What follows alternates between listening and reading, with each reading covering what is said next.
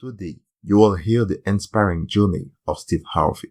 Life is full of ups and downs, but some stories show us, no matter where we start, we can reach incredible heights. A man who went from struggling to make ends meet to becoming a world-renowned entertainer and motivational speaker. In this speech, Steve shares the importance of holding onto your dreams, trusting in God, and never giving up even when things get tough. His story is real, raw, and full of wisdom that can help light your own path. Let's dive in and listen to Steve Harvey's powerful message.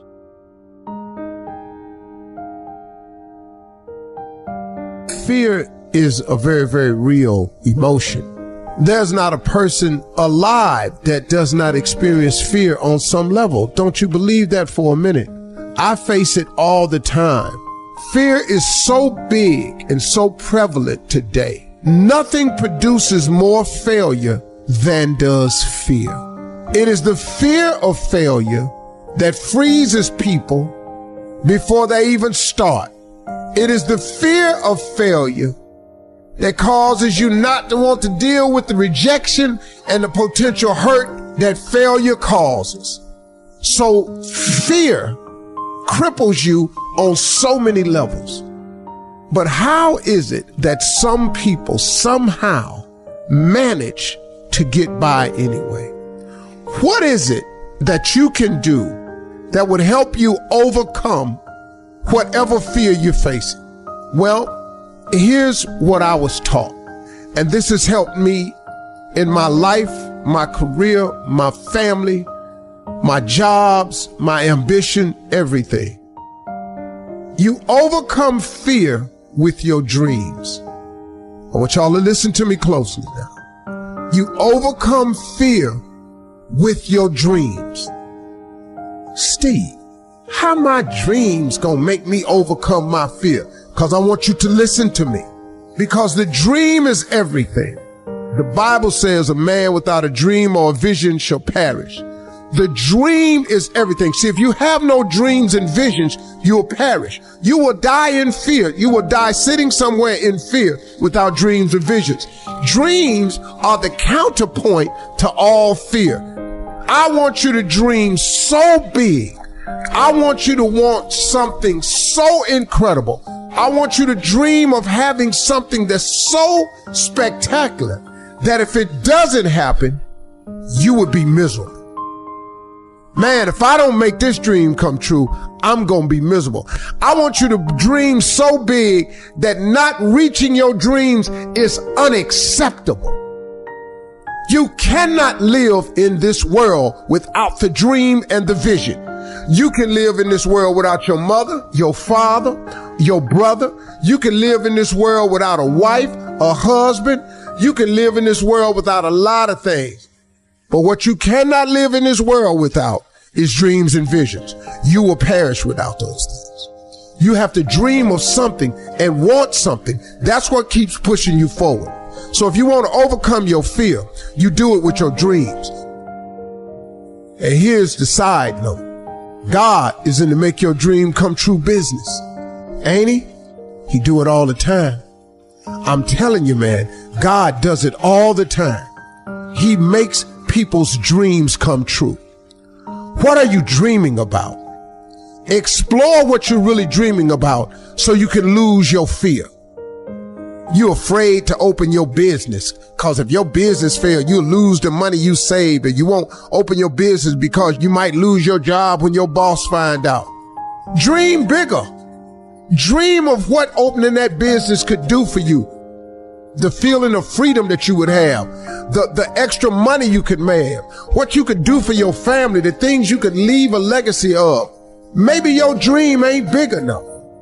Maybe you got the dream of owning a large company, maybe a mom and pop store.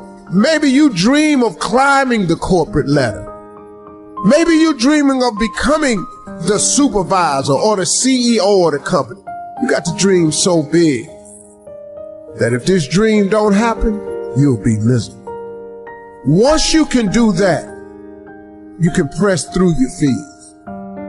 You can move forward. You can get on with it. I'm telling y'all, I was taught this. Dream so big that you can't imagine your life without living your dream. Let me teach you something. How many of you have a dog? How many of you have ever had a dog that had a flea on him? That's everybody. You ever seen a flea? One of the smallest insects. Really small, one of the smallest insects. But for his height and size, and flea has the highest vertical leap in nature for an insect. A flea can jump, has a 36-inch vertical.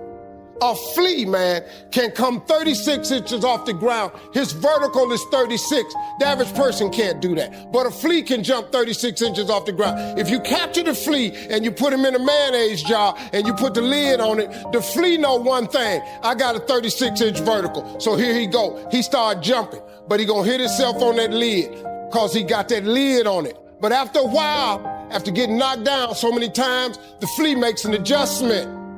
So now the flea only jumps just to where he don't get knocked back down. He got 36 vertical, but since this lid is on, his environment got him now jumping nowhere near what he can. Capture some more fleas and put them in there. They got 36 verticals, but then they start jumping. They find out they keep getting knocked down. They start doing what the other fleas is doing. Next thing you know, I got a jar full of fleas in there, ain't even using a 36-inch vertical because they got a lid on the jar. Them fleas have babies. Them babies is born into the conditions of the environment. So now guess what? The flea is born with a 36-inch vertical, but because he see his mommy and daddy and all his cousins and friends jumping just barely to the roof, you know what he do? He duplicates that behavior. The flea never reaches his potential until you take the top off of your mayonnaise jar. You're gonna duplicate your surroundings. If you take an oak tree seed and you put it in a 2-foot pot, that seed will never become the oak tree that oak trees are capable of becoming because it's gonna get stifled by the 2-foot pot. Now check this out. Ain't nothing wrong with the seed. The seed just fell prey to the environment. You are a seed from God. God made you in his likeness. He big, he vast. Don't you allow your environment to dictate the oak tree that you become. Because ain't nothing wrong with your seed. All of y'all got this wonderful gift that he gave you at birth. All y'all got one. You better believe that now. Don't die with this gift and don't never use it. All of y'all got this wonderful gift, but you gotta use it. Take your seed, take your gift. Get away from these people that's in your life that ain't doing nothing. Get away from people in your life that's hating. Get away from your family members that ain't ever opened a business. Get away from your family members that ain't ever followed their dream. Get away from your family members ain't never been nowhere but to the family reunion. Ain't never been to a beach. Get away from them. Get away from them. I had to do it. When I told everybody I was getting into comedy, man, oh Lord have mercy. You can't get into comedy. You ain't even funny. How you gonna make money telling jokes? Now in the beginning, it looked like they was right, but I never gave up. All I did was identify this gift. I wrote all of my visions down. I read them every morning and every night. And I instilled them in my head. And every time I met somebody, they say, hey man, what you trying to do? I would tell them one of my visions. Somebody would always say to me, you know, I know a guy that's selling them things right there. You ought to talk to him. I started scratching stuff off my vision board. My vision board is so vast now. If I showed you what was on it, you wouldn't even believe it. Because I dream so big. I want so big because the God I serve is big. He's not a small God. He's a really, really big God. He does really, really big stuff. And I expect him to do really, really big stuff for me. If he'd have done it for Oprah, if he'd have done it for the Obamas, whoever got, why I can't have this here? I'm gonna do better with it than all of them. To me, but why you can't have that? That's how you get what you want in life now. You don't have to believe me, but here's the deal. If you keep doing what you've been doing, you're gonna keep getting what you've been getting. If I just told you a different way to go about it, you don't need no money. I just gave you some scriptures you could try and some principles. If somebody who had come from the bottom and got to this position I'm in told me that this is the way I would try it, if I was you, I would try that. I bet you it'll work. There's a difference between your passion and your gift. Your passion is something that you enjoy doing. Like, I'm passionate about golf. It ain't what I do. I suck. It's just not what I do. I'm gifted at words. I'm gifted at that. So before you strike off into script writing, determine your gift. Whatever it is you're trying to do, you must first determine if it is your gift. And don't pursue things that you're passionate about. Pursue the thing that you are gifted at.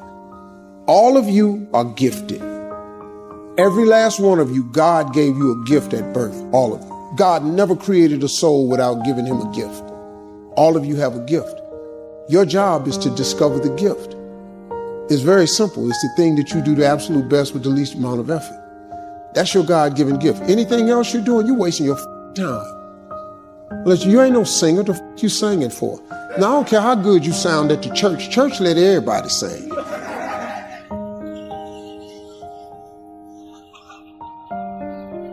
They let anybody go up there and sing. I was walking by myself with the Lord. Man, why is your singing? But they not gifted. Discover the gift. So you should ask yourself first, is writing the gift? Is writing the gift? Now, the writing may not lead you to screenwriting or movies. It may lead you to books. But the first thing you need to do is writing your gift. If it's your passion, you're wasting your time. You're going to write a book that don't nobody like but you. I was watching Joel Osteen on TV one day, and he said, people's opinion of you is none of your business, nor should you make it yours. You get in a lot of trouble worrying about what somebody think about you, when really, what difference do it make? Whether they wrong or right, and what difference do it make? The majority of people who have a negative viewpoint of you really don't even know you. What I found about being successful is, it wasn't me who changed. It was people's opinion of me that changed. You know, I got more, and I'm the same dude, but your opinion of me has changed. Now you think I'm all that. When in actuality, I really am humbled by all this. I really can't believe God let me have it. I really do understand that I am here but by the grace of God. I'm clear about that. I am so clear about that. It ain't me. It's not me. See, I know the decisions I made, and I know how it got me where I got to. I know how my life turned out when I gave it over to him. I gave my life to God. Now, I may not be the Christian you think I ought to be, but once again, your opinion of me, it doesn't matter to me. I've just learned not to allow people opinion of me to bother me or stop me. Publicly, man, I've been ridiculed and ate alive on that internet. You this, he think he this, I can't stand him. He this, he that. You know, I've been everything on the internet. I don't care. When you get through reading that stuff, cut your TV on. Turn it to almost any channel you want to. 7 days a week. The little dude that you keep hating on, that God I serve, he ain't hated me yet. He ain't hated me not now time. And I've discovered something. Look, man, what God got for you, nobody, no hater, no employer, no co-worker can stop nothing God has for you. God is in the blessing business, but better than that, he's in the forgiving business. See, if God wasn't a forgiving God, I'm not here today. But God had to forgive me over and over and over and over and over and over and over. I can't count the times he done forgave me. See, I just never let my failures define me. See, when you make a mistake, just get up and go again. What you tripping for? I made public mistakes, man. Let me tell you something, man. When on Miss Universe, I have to apologize. I took that myself. You know how many people wrote me off? You know how many letters I got from TV execs? We're proud of you for doing the right thing, but oh my God, a horrible mistake. I hope you're gonna be okay. You hope I'm gonna be, what, my career over cause of that? People wrote me off. You know what, I just got up. I kept coming to work. I'm back. I just kept coming. I kept showing up. Cause eventually, well, what you gonna do? The time has come. You know, my father used to always tell me something. You're gonna either get over it or die mad. You got two choices. You can get past it or you can die mad. Now, if you want to die mad, carry your ass on and just die mad. But God forgave me, so I got up and I kept going. Your mistakes don't define you. Life is 10% what happened to you, is 90% what you do about it. I just stood up like I had some dignity. And I just kept performing, kept telling jokes, kept entertaining people to the part now where it don't even matter. That pageant is the biggest pageant they've ever had. Everybody tune in and see who I'm gonna say this year.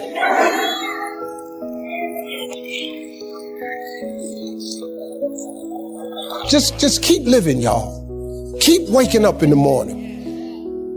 I'm Ephesians 3:20 all day long. I expect God to do exceedingly and abundantly over all I think I ask. Because I honor him, his blessings will chase me down and overtake me. I will be in the right place at the right time.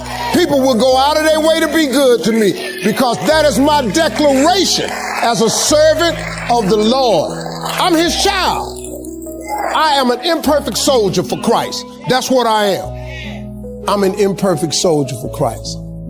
I'm in the army of the Lord, but I have a role to play. Success is not a comfortable procedure.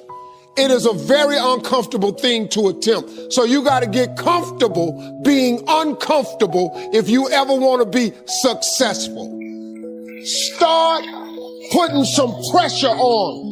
Put some pressure on yourself. Get out here and get about it. Look, I'd love to sugarcoat this thing for you. I'd love to tell you, look, you can go out here and get rich, do a couple of things. That ain't happening. You got to get real doggish. You got to get downright funky if you want to make it. Now, like I was telling you before, if you want to be ordinary, you ain't even got to listen to me. Just go on about your business. If you think ordinary's cool, ain't no problem. It's some really, really wonderful ordinary people. But if you are sitting in this room and you have extraordinary aspirations, then you're going to have to do extra. You put extra on top of on ordinary and you come up with extraordinary. It's no other way. I'm sorry, but here's the fact. All of you have extraordinary capabilities. All of you. You have to decide if you are willing to do the things to put you in that category. Rich people don't sleep 8 hours a day.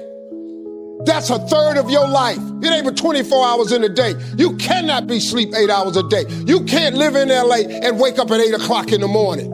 It's 11 o'clock on the East Coast. The stock market been open 2 hours. They already making decisions about your life and your ass was asleep.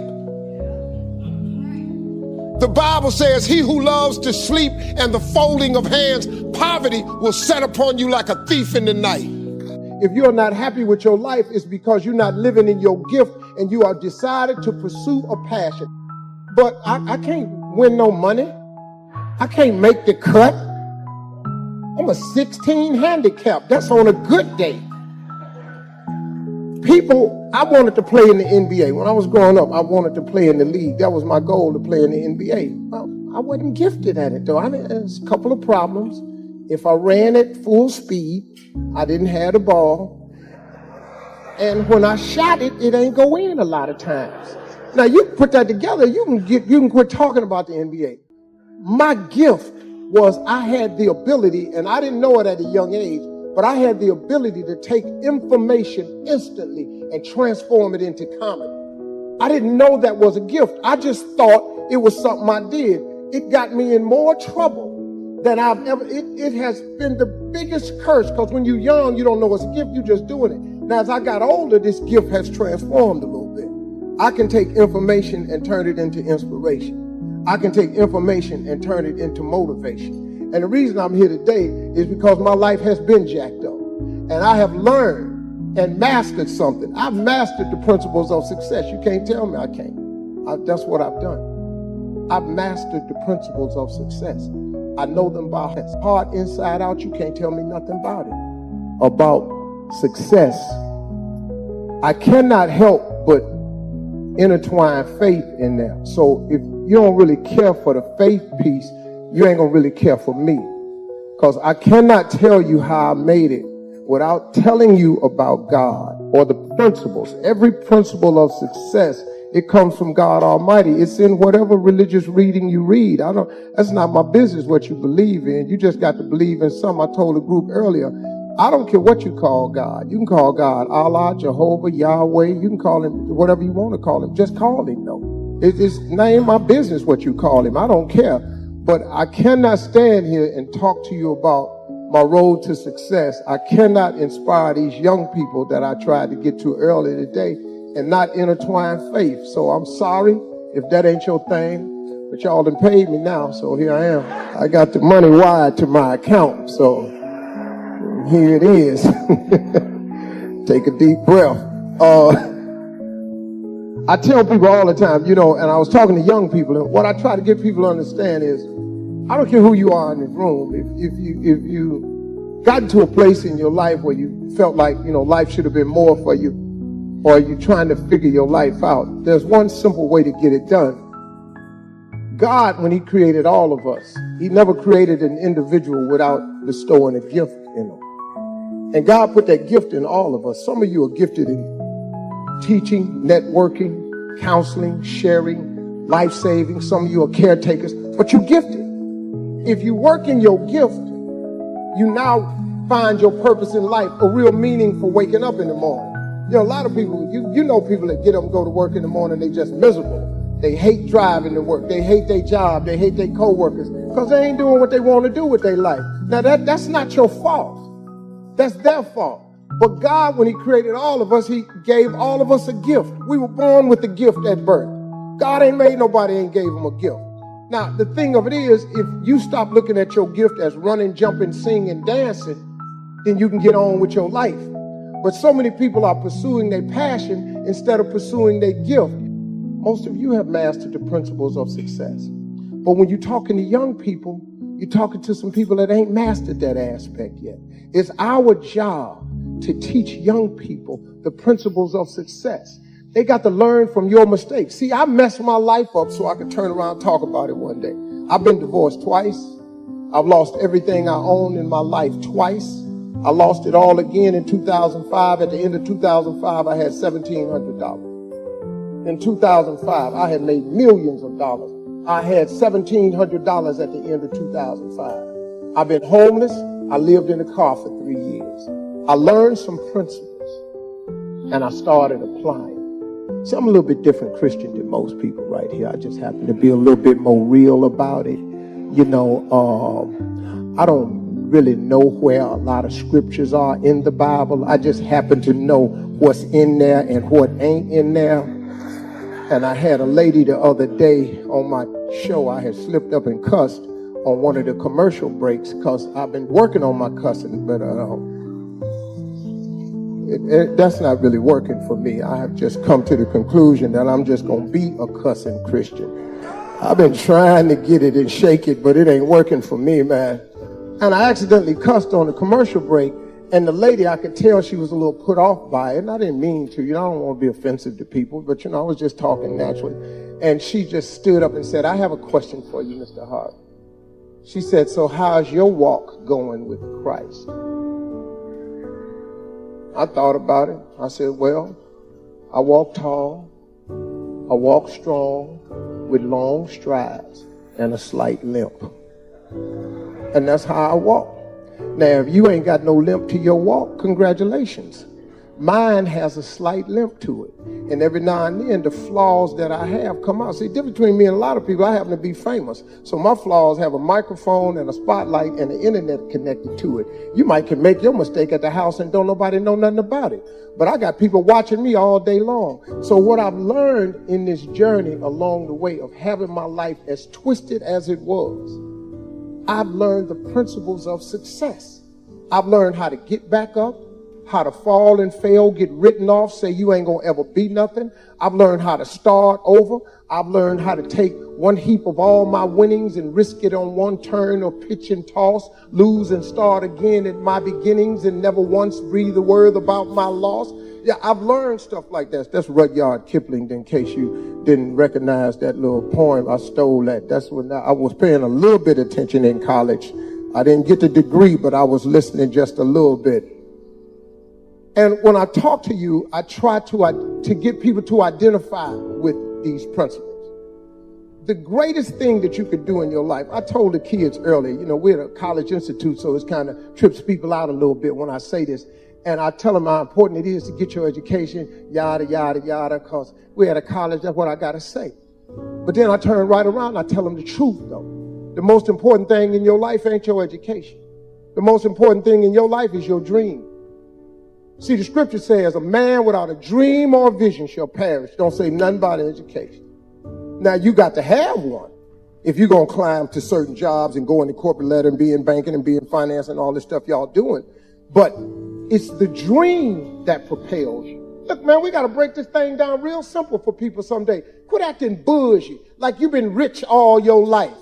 Yeah, that's what killed me. I come to these functions, everybody sit up, they lean back in their chair, they speak proper grammar, they get their nose up. You act like you had money all your life. I ain't have money all my life. I come into some money, but I've been scrapping and hustling and grinding and trying to get over. And so have you. But then you get here and you don't have no memory of that. Because now your life is fixed. And so now when you talk to young people, you don't talk to them from the perspective of you made mistakes too. You don't talk to young people like, hey, been there, done that. I smoked weed in college too, man. I know where you at. You don't want to tell them that. Hell, Clinton smoked weed. He the president of the United States. I'm going to probably say a lot of stuff. I already know that I'm not coming back next year. That's clear. I ain't got no problem. See, that's why I give my money wide to me. Because I already know I'm going to mess around and say something. I'm going to throw somebody into something. Because I see a couple of looks on y'all's face right now. But I don't really care. I'm out of here. I'm going to go get on this jet. I'm going to go down here. My wife down in Miami, man. I'm going to go sleep with my wife tonight. I don't care what y'all do. I was telling you about your gift. This is how you save yourself a lot of trouble. Now, this may apply to some adults in this room. Maybe not. Your gift is the thing that you do the absolute best with the least amount of effort. That's your God-given gift. You ain't got to trip on it, wonder about it. It's what you do better than anything else. Now, whether you've chosen to make that your life's work or not, that's your choice. But I got news for you. If you don't ever pursue that, you ain't gonna ever be happy. It's some unhappy people in this room today because there's some people in here doing what people expect them to do and doing what was required of them, and they just got locked into it. Now you got bills and a family and you don't really want to pursue your dream. So now you got the job and you just gonna ride it all the way out. There ain't nothing wrong with that. If your job is what you gifted at doing, this man is gonna retire this year, but he's been in the education of young people's minds. He's been shaping young people's minds for 30 years like that. That's what he was gifted to do. If you're sitting up in here and you ain't happy and you in misery, it's because you ain't pursued your gift. And I'm telling them young people over there with them blue shirts on and them striped ties, find out what your gift is and pursue it with everything in you. Because ain't nothing worse than getting a degree and you don't even want it after you get it. Because a degree ain't nothing but a piece of paper hanging on a wall. Now, it signifies that you have the ability to complete a task, but your life is made up of what you do with it. Life is 10% what happens. It's 90% of what you do about it. You got to do something with your life, man, that makes your heart beat in the morning when you wake up. See, people ask me all the time, how you do all these jobs, Steve? Because I like all my jobs. You cut your radio on 240 times a year. I do a 4-hour live radio show. How you do that every morning? Well, the main reason they got a nice check, but other than that, I wake up in the morning, I give people some inspiration, I play music, and I tell jokes. Okay, boom, I like doing that. Then I go to a talk show. I live in Chicago 8 months out the year, 34 weeks. I tape 180 talk shows in Chicago. How you do that every day? Because I love doing it. Then I go to Atlanta. I live in Atlanta, and in 9 weeks, I tape 200 episodes of Family Feud. Man, how you tape all them shows? Once again, they have a check attached to this. But I love what I do. If you cut your TV on, it's obvious that I love what I do. I'm always smiling because God has given me the life of my dreams because I'm living in the gift He gave me. If you live in your gift, man, it changes your life. Do something about your gift. Listen to me, I don't care what job you got now. If it's something that really burns on the inside of you, you ought to go do that. I don't care how old you are. How come you think Kentucky Fried Chicken, how come you think that man on the side, why you think he old? Because his recipe got discovered when he was 68. That ain't the picture of the Colonel when he was 35. But he been frying chicken. He didn't just wake up and start frying chicken. He been frying chicken with this secret recipe for years. It took him a long time for it clicked, but he kept frying chicken, man, till he became the biggest chicken joint in the world. You can't go nowhere and don't see Kentucky Fried Chicken. That ain't real chicken. But when he was living, it was real chicken, though. It really was chicken. It was the actual parts. If you peel that skin off that Kentucky Fried Chicken, you're in for a surprise. It don't look nothing like. But he hit it. When is it too late to hit it? When is it really too late to hit the jackpot? When is it? When you're 60, that's too late. You don't want to be rich then? What, just 65, too late for you to be rich? When is it too late to hit it? Man, put some spark in your life. Have something to wake up about to make your heart beat in the morning. Have a joyous spirit when you wake up in the morning. Here's another principle of success. I'm going to tell you what rich people talk about all the time. You know what rich people talk about all the time? They talk about money all the time. All the principles of success is in the Bible. See, a man is as he thinks. So, what you think, excuse the grammar, but that's what you is. Don't it make better sense? Bad grammar makes better sense sometimes. If a man is as he thinketh, then what you think is what you is. That make real good sense to me. See, yeah, I like to keep it where people remember stuff I say. So rich people, you know what they do? They talk about money. Now, when you talk about money around people, they get tight because they don't want to hear the money. Well, money is not everything, and money can't buy you happiness. They ain't got no money. Money might not buy you happiness, but it park you right in front of Happy House. You can get out, ring doorbell, see if Happy home. There's nothing wrong with money. People, so many things have been said over the years. When rich people get together, they talk about money. They talk about business all the time. There's nothing wrong with that. See, we go to church and we learn the wrong thing. You know what messed me up, man? When I was little, I went to church in Cleveland, and a preacher would always say, he says, hard for a rich man to get into the kingdom of heaven as it is for a camel to get through the eye of a needle. Now, me and the rest of the ignorant members, we thought that you was trying to take a needle with a sewing thread and push a camel through it. All the people in my church collectively decided they didn't want to be rich because they wanted to go to heaven. I was sitting there at 10-year-old. I wasn't really buying into this because I was trying to figure out how I was going to get this camel into this hole. Because I didn't know what they was talking about because I wanted to be rich. Because this poverty I was allergic to it. I itched all the time. I just came from being poor. You just be digging in yourself sometimes because you're poor. Poverty is uncomfortable. First of the month comes, your whole butt tighten up. You just like somebody squeezing lemon juice down the crack of your behind because it's the first of the month. All this stuff is due. Shot. That's your butt. Shot. just tightening up because you ain't got the money. Why would I not want no money? I live in the hood. I want out. I need money to get out. But at my church, they say it's as hard for a rich man to get into the kingdom of heaven as it is for a camel to get through the eye of a needle. So I bought into that. I was about almost 38. I was in Hollywood. I was driving down the street. I ran up into Donnie McClurkin. He was coming out of the studio on Sunset. I was in the truck smoking a cigar. I saw Donnie. I said, hey, man, what's happening? He said, hey, Steve, man, this was one of the first years I had hosted Celebration of Gospel. And I was going to quit hosting Celebration of Gospel because I didn't like the gospel community because they didn't like me. You know, backstage, they be saying stuff like, I don't know why he is hosting our gospel show. He ain't saved. I don't know what y'all talking about. I'm here for the check. Let's be clear about this. I've been in church my whole life, but, you know, I ain't living no perfect life, and I wasn't, but, you know, that was my life at the time. And I was going to quit, and I was telling Donnie I was thinking about quitting. He said, man, why you going to quit? I was telling him, man, I said, man, I'm just confused right now, man. I said, I don't get it. I said, man, I'm thinking about going back to church, man, but, I want to go to heaven, but, man, I'm finna start making this money, Donnie, and it just don't jive with Christianity. He said, what you mean? And I told him what the preacher, that it's hard for a man to get through the kingdom of heaven as it is for a camel through the eye of a needle. So Donnie looked at me a little confused because, you know, he a pastor.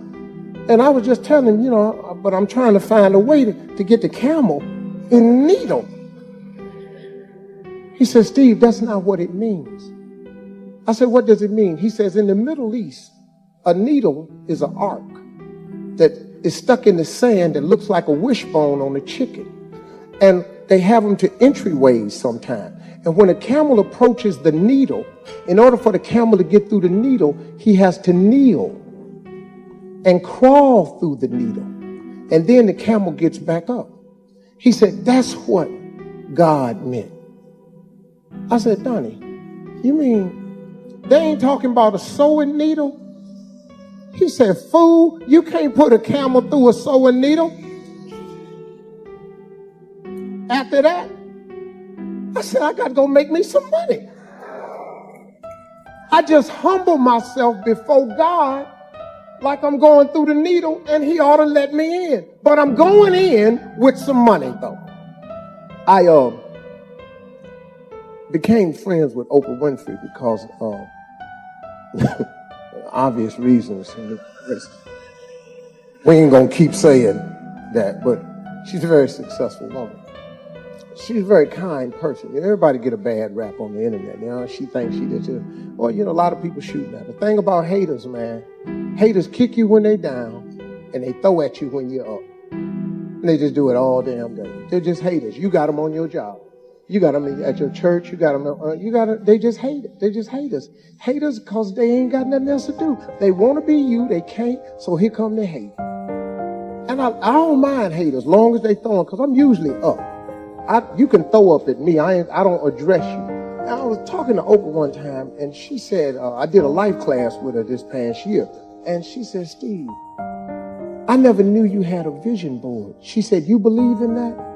And this is the first time we had a serious conversation. I said, Oprah, well, how am I not going to believe in that? Every successful person I know has a vision board, or they have their goals written down. You can't do it without writing it down. When you write it down, it's a symbol of faith. See, I was telling this story earlier about writing it down. You know, teacher, we were in the sixth grade and asked us to write on a piece of paper. We came in from summer what you want to be when you grow up. So everybody filled out the paper. You had to put your name on it, had to write this one thing in 1968.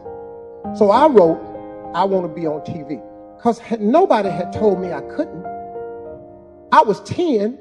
My vision was wide open. So I wrote, I want to be on TV. She collected all the papers. She started going around the room, naming everybody's name, had everybody stand up. And she read what they wanted to be. Barbara want to be a nurse. Johnny want to be a basketball player. Robert want to own a gas station. Cindy want to be a doctor. She got to me, she waited last. Now, I had never gotten a gold star before, all of my years of school. And she asked me to stand. And when I stood, she said, "Little Stevie, come to the front of the class." Now I'm thinking to myself, this is it. This is the gold star moment. I've been waiting 10 years for this. I ain't never got a star before. This is the day. So I started walking to the front. I'm skinny. I got my brother's clothes on because we were poor. I got up there and she said, "Steve, let me ask you something. What did you write on your paper?" I said, "I want to be on TV." She said, "And why did you write that on your paper?" I said, "Because that was our assignment for today." And then she said, "What you write that on the paper for?" Now I'm thinking to myself, judging by the tone of this conversation, this might not be the gold star moment I thought it was going to be. So I started cowering down. And she said, "So why did you write it on the paper?" And I said, "Because you asked us to." Voices really softened. She said, "Do you know anybody on TV?" I said, "No." "Anybody in this school ever been on TV?" I said, "No." "Any of your relatives been on TV?" I said, "No, ma'am." She said, "Take this paper. I'm going to call your mama. When you go home, I'm going to tell her you being a smart aleck in this class. Now you take this paper and you come back with something more believable on it." So she pinned a note on me and I had to go home. My mama was waiting on me because she called the house. So my mother said, "What you doing up at that school being a smart aleck?" I said, "Mama, I just did what the teacher told me." But she read the note. She said, "What you write this on your paper?" I said, "Because the lady asked me what I wanted to be. I won't be on TV." She said, "I'm telling your daddy when you get home." Well, my father was the executioner. My mother was the warden, and he was the executioner. And I knew when he got home, I was going to get my ass whooped. So, excuse me, I'm sorry, that slipped out. I didn't really sorry about that. I was going to get my butt whipped. And so when my father came home, she told my father, "Look what Steve wrote on this paper." So he read the paper. He said, "What's going on here?" Said, "Steve up at that school act like a smart ass. That teacher done asked him what he wanted to be, and he done put, 'I want to be on TV.'" My father read the paper. He said, "What's wrong with that?" I started thinking, a reprieve. So he said, "Boy, go in your room. I'll be in there in a minute." And I got my spankings in the room, so I went on in there getting ready. Him and my mother had an argument. My father came in the room. He said, "Boy, what you write this on your paper?" I said, "Because I want to be on TV." He said, "What she want you to write on the paper?" I said, "Like a basketball player or a policeman." He said, "Put that on paper. Take it up to the school and give it to that dream-killing heifer." So I write it. He said, "Now take your paper." He said, "Before you go to bed tonight," now this is my father now with a 3rd grade education. My father was a sharecropper in Alabama. He said, "Read your paper every night before you go to bed. And when you wake up in the morning, read your paper before you go to school. Read your paper every day and read your paper every night." Took my paper up to the school and I turned it in. It took me till I was 38 years old. But I got on TV. The devil don't care about you. The devil wants to keep you from your destiny. That's his one job. Satan got one job, to keep you from your destiny. The devil don't ever want you to be what God created you to be. So guess what? When you discover your gift and you think, "I'm about to make a move and go be what God created me to be," then here go the devil. "You got this job over here, you're going to lose your 401k. Once you get your paper straight, you can skip all of this. You can get yourself started in the process, man, but you got to quit letting the devil keep you from your destiny by tying it to this little job you got, because he tricky with it now. He got you thinking you're going to mess your credit up if you quit your job. What you mean mess your credit up? You overextended now. You got good credit, but you can't buy nothing else with it. If your card maxed out at $5,000 and you got $4,090 on it, where we at? Come on, y'all. You're going to have to make a choice, but you can't let the devil fool you. He tried to keep you from being who God made you to be. Look, man, I don't know if I'm getting through to you, but I want you to hear me. I do, man. Look, I wish everybody before they die could experience what it feels like to wake up and do what you was born to do. It's so cool, man. It's so cool. If you've been dreaming of opening that business, you should start the process. Don't try to figure out how to make the business make $1 million. Just start the process. See, if you make one step, he'll make two, but he can't make his two unless you make your one. So you got to start. Fill out the application. Go get the patent. Send in the paperwork. Get your federal ID number. Do something, man. Start creating a website. Let your job sponsor your dreams. Take some of your check money. Quit playing one of them punk bills. Take that money and start your website. What is you talking about now? If you owe Kmart some money and Sears, what is you paying them for? They finna be out of business. Take whatever money you owe Kmart and Sears, take that money, buy your business cards. Take one of your bills one time instead of paying it, start your website. But start. If you make one step, he'll make two. And don't worry about where you're going with it. Just get started. He'll show you the way to go because he wants you to get to your destiny. But he got to make sure that you want to get to your destiny first. If you tell him you want to get to your destiny, that God you serve, he going to show you how to do it. You can believe that. Don't forget to pray. Don't be ashamed to pray. And don't ever be too proud to pray because prayer changes things. Stay right here on Faith Street, y'all. The box you asked for is coming. Everything on my vision board I get. I built on my house one time. My wife wanted a special kind of car. And I built the garage, the extra garage on the house. She came out there and saw them. She said, Steve, what are you doing? I said, I'm building the extra garage. She said, Steve, we got enough cars. What do you need with another garage? I said, don't worry about it. 2 years went by. I had been looking for this car. I went to dealerships. They said, sir, there are none in that color. I said, she want a white one. I said, so I went to the dealership. I said, I want you to get this car in for my wife. She said, sir, there are none in the country and none being made. I said, okay, but when the car come in, could you accept it into your dealership and call me when it get here? He said, sir, I done told you, I can pull it up on the computer. There are no cars in that color, that make or model. Do you want another color? I said, no, my wife wants white. She said, sir, we don't have that. I said, I already built the garage. I've already built the garage. All my garages have chandeliers in them. I don't have doors that go over. All my cars have chandeliers hanging over. And I have marble floors in my garage because I like stuff like that because I saw it one time. So I said, I've already built the garage. He said, sir, there are no cars like that anywhere in the computer base. I said, I just need for you when the car comes in. So a year went by. I said, any word on the car? He said, no, I've called the factory. They're not even making anymore in that color. I said, okay, I'm looking for this color right here. He said, sir, we don't have it. I said, I'm going to give it to her for her birthday, October 10th, 2016. He said, sir, that's impossible. I said, no, it's not. No, it's not. It's just a car that I'm asking for in a particular color. How that's impossible? He said, sir, I can't find the car. I ain't asked you to.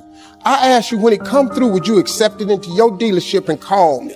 That's all I asked you for. 2 weeks before my wife's birthday, I got a phone call. It was Perillo from Gold Coast in Chicago. He said, Steve Harvey. He said, are you sitting down? I said, no, I'm standing up. What's happening? He said, you're not going to believe this. A guy bought a car a year ago. It's been sitting in his garage. It has 8 miles on it. He bought it to me to turn in to me and ask him, how much would I give him for? I said, what is it? He said, it's the white car you've been looking for. I said, I'll be up there to get it. He said, this is unbelievable. I said, that God I serve, he's an unbelievable God. I don't listen to what nobody tell me. Once I write it down, I write the vision and make it plain. It will come. Surely it will come at an appointed time. It doesn't matter that nobody sees it. It doesn't matter that it's visible to other people. All you got to do is write it down and believe it. God is greatness, man, all day long. What he's done for me, he'll do the same thing for you. But you got to write the vision. Go home and read Habakkuk 2:2. Go home and read Bible verse Habakkuk 2:2. Read what it say. If you do that, you'll change your life. Appreciate it. I was 26 years old, man. I was struggling. I didn't have nothing. And these people owned the furniture store in Cleveland. And they took me in and gave me my first contract with my little carpet cleaning company. When I became a comedian at 27, I didn't have money to travel. They gave me an account at their travel agency. And man, I ran up a bill like $11,000 just trying to travel and make it. Them people right there, you know, man, they helped me out. I used to spend the night in hotel parking lots. What was I gonna do? I ain't had nowhere to stay, so I lived in the car. I had $35. And I said, come on, God, man, I've been trying to make this dream come true. You done left me out here like this.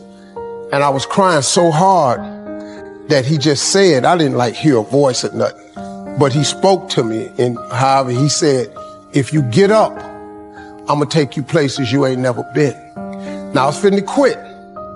So I said, skip it. I'm gonna quit anyway. So I got in my car, I went to a payphone, and I was gonna call my dad. You remember back in the day where you could punch in a code and call your answering machine and get your messages? So I called, and I punched in the code, and it said, doop. He said, hey, Steve, this is Chuck Sutton with Showtime at the Apollo. We saw a tape of you. You're very funny. If you could get here Sunday night, we'd love to put you on television. Call me back. Let me know if you can make it. So I hung the phone up. I'm crushed because my whole dream of being on TV, and I couldn't get to New York. I got $35. How am I gonna get to New York? I can't make it. So I'm standing there at the phone booth and tears just coming down my face. I said, God, so that must be a sign for me to go home. Cause this it, I ain't even got the money to go to the Apollo. My whole thing, I wanted to be on TV, I couldn't even make the dream come true. This is the most messed up moment. And so I said, man, let me call this dude back and see if he said this Sunday. Cause maybe he said next Sunday and I can hustle up a little bit of money or something. I don't know what I'm gonna do, but let me just call him back. So I called him back. Steve, this is Chuck Sutton, Showtime at the Apollo. We saw a tape of yours. You're very, very funny. Look, we have an opening Sunday night at Showtime at the Apollo. If you can make it, we'd love to put you on TV. I said, it's this Sunday. Before I hit the button, I heard, doop, you have another message. Now, it wasn't there before. So I punched my code in. I listened to the second message. It said, Steve Harvey, this is Tom Sober from the Comedy Caravan. This was a Thursday. He said, I have a gig in Jacksonville, Florida on Friday night that pays $150. If you can get there Friday night, you'll make $150. So I called him back and I said, hey, Tom, did you get a gig away? He said, no, it's still available. He said, can you get there? I said, I'm in Pensacola, Florida.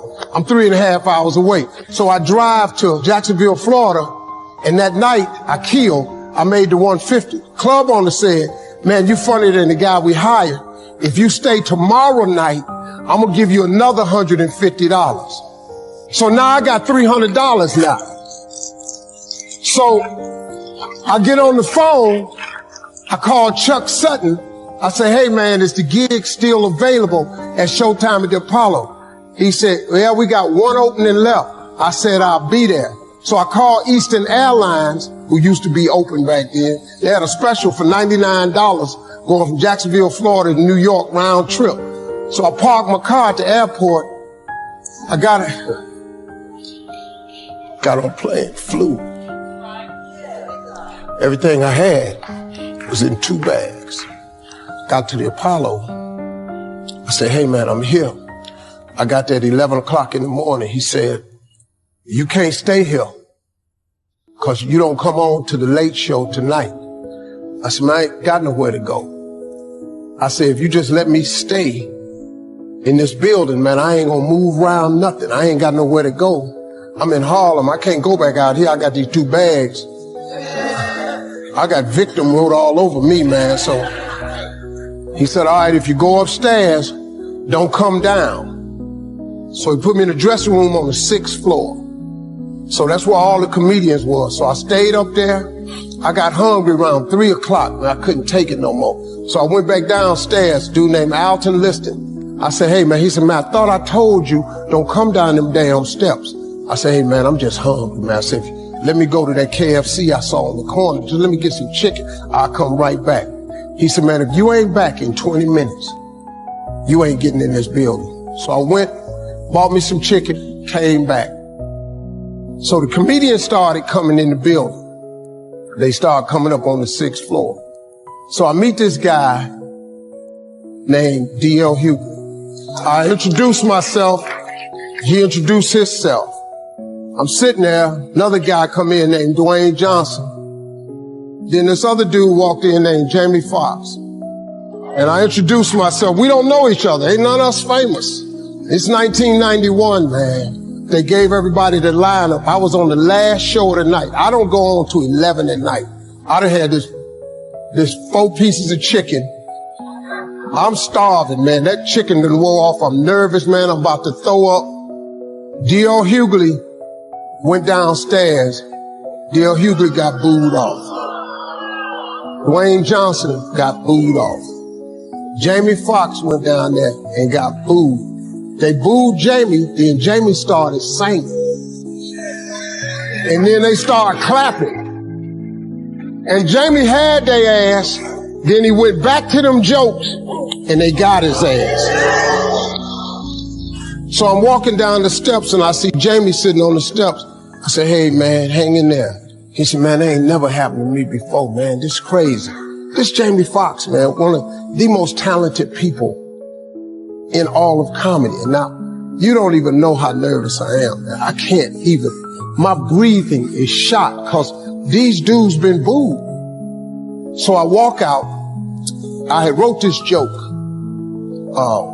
Mike Tyson had got in a fight in Harlem with this heavyweight named Mitch Green. Mike Tyson had hit the dude in the eye in the store. Now, he was on the news. His eye was swollen. So the joke I wrote was, they was interviewing Mitch Green, and he was telling everybody what happened, but his eye took over the interview. And I wrote this joke that his eye started talking and was just, I'll tell you what happened. The heavyweight champ's fist is coming towards my face. I just said, Lord, Lord, Lord.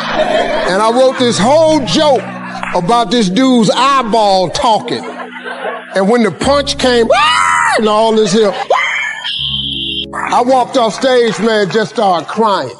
I couldn't believe it. They paid me. I made $750 for being on TV for one night. I'd never made $750 telling jokes in one night. And so that was my first television appearance. A couple weeks later, Sinbad was the host of the show. He got this job on Different World. And so he quit. And so Mark Curry became the host. And then Mark Curry got hanging with Mr. Cooper, and he quit. And they came to me and said, would you come back to New York and host amateur night for us to just try you out? Oh, ain't no problem. And so I went to New York. I hosted amateur night, and I was killing. But every time we went to commercial break, I was supposed to let the warm-up act take over like Ruben does. But I knew not to let the warm-up act do that because he would change the attitude of the crowd because the Apollo was a wild place. So I stayed out there. I did the warm-up and the hosting. And I created a bond with that audience. And that's how I got on TV. It was my very first TV show. I hosted Showtime at the Apollo. I ended up being the longest running host in the history of Showtime. I did that show for 8 years. Nobody ever did it for 8 years. And that was my turn back moment.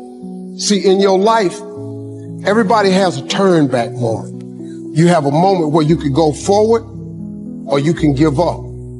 The thing you have to keep in mind before you give up is that if you give up, the guarantee is it will never happen. That's the guarantee of quitting, that it will never happen no way under the sun. The only way the possibility remains that it can happen is if you never give up no matter what.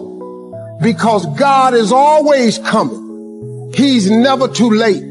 At your worst moment, look, man, When they told me I had to be in New York, I saw no way I could get there. But that God though, he make the phone ring. I end up in Florida, I make $300. Then I go to New York, I make $750. Almost got $1,000 out of nowhere. That's what happened to me. That was my moment of never giving up. That's when I first learned that faith was everything, that you have to remain faithful.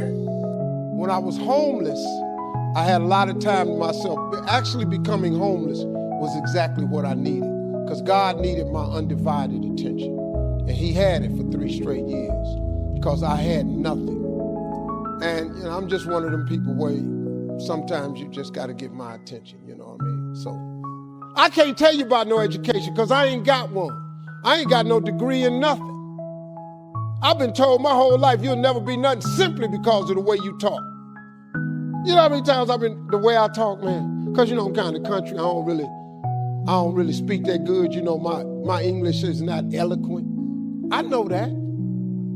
But I ain't never let that stop me. When I first got on TV at NBC 7 years ago, they sent a linguist to see me. I didn't even know what that was. I thought this lady was finna show me how to make spaghetti or something. I didn't know, I never heard this. What is a linguist? So the woman comes in my office and she says, "Are you ready to begin?" And I said, "Excuse me, ma'am, who are you?" She says, "I'm your grammar coach." I said, "For what?" She said, "NBC is of the understanding in order for you to be successful on daytime TV, you're gonna have to learn how to speak more eloquently." I said, "I ain't finna do all that there." She said, "Excuse me? What did you just say?" I said, "I ain't finna do all that there." She said, "Say what you just said to me again, slowly." I said, "I ain't finna do all that there." She said, "That's exactly why I'm here. Because that is improper grammar on every level." I said, "Yeah, but I talk just like this here." She said, "Say that again." I said, "I talk just like this here." She said, "Slow that down." I say, "I talk just like this here."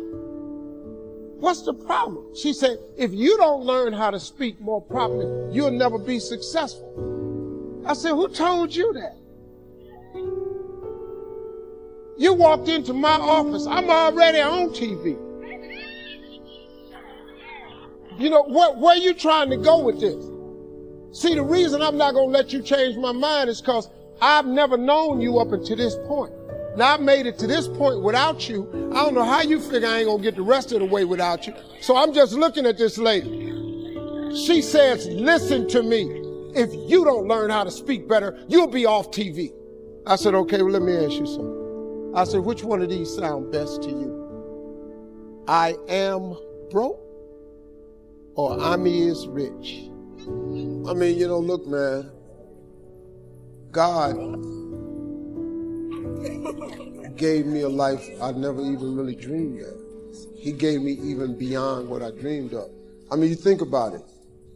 The money they pay me is to wake up, I either play music or I tell jokes. I either play music or I tell jokes. I entertain people for a living. They give me money. That's a blessing, man. See, when I wake up, I don't have to go to work. I get to go to work. See, that's the difference, man. Some people have to go to work. I get to go to work. I don't have to. I was doing this for years for no money. But through grace and mercy, he just kept blessing me. And then, I got other things I want to accomplish, I'm not through. And I've been at this a long time, man. Like, I'm thinking about the end, But all I want to do now is make enough money to change kids' lives. My foundation is the most important thing. I'm going to do some stuff over here in Ghana, Botswana, and Joburg. Those are 3 cities I'm targeting for my foundation to come and change. So that's what it is now. That's motivation. And then, I'm a trailblazer, man. I got to show other people how to do it. You know, my job now is to show y'all how I did it. That's why I talk all the time about motivation. I talk more about motivation now than I do comedy. Because, you know, your career is what you paid for, your calling is what you made for. So I'm in the calling part of my life now. You know, I have to, like when you ask me a question, see, I can't just, like if I tell you you got to write it down, I'm telling you how to make it. You have to do this. Now you can try to do it. If you can try to not do it, it's gonna be hard. But so I always try to give people little pieces of wisdom, because you're young, you know, everybody in this room, you want to be happy and you want to be successful. Everybody in here wants to be happy and successful. If you don't want to be happy and successful, there's something wrong with you. Most people want to be happy and successful. You just need the key, the how-to. That's my job, is to show you how to. Like if I give you one scripture that can change your life and I tell you Habakkuk 2:2, and then you don't follow that, that's not my fault. So now you know that you have to write it down. Like if you look at my iPhone has my vision board on it. I ain't got no picture of no dog or my wife on my phone. My wife is at my house. My wife she's somewhere, she's in Rwanda right now. Because I put stuff that I dream about on my iPhone. My vision is on. So every time my phone rings, I look at it, I think of my visions and dreams. Every time I pick up that phone, I should pick up that phone to make one of them dreams come true. When I open up my laptop, the same thing on the laptop. So every time I'm texting or email, I'm trying to make a dream come true. I don't have time for nonsense. You know, like you know, like what they say about me in the blogs. It don't matter what they say. They don't know me. They don't even know me. They never met me. They say negative stuff about me. It don't mean nothing. Look at me. What I care what they say. God keeps blessing me. It don't matter what you say. You got to know who you are and whose you are. That's all you need to know.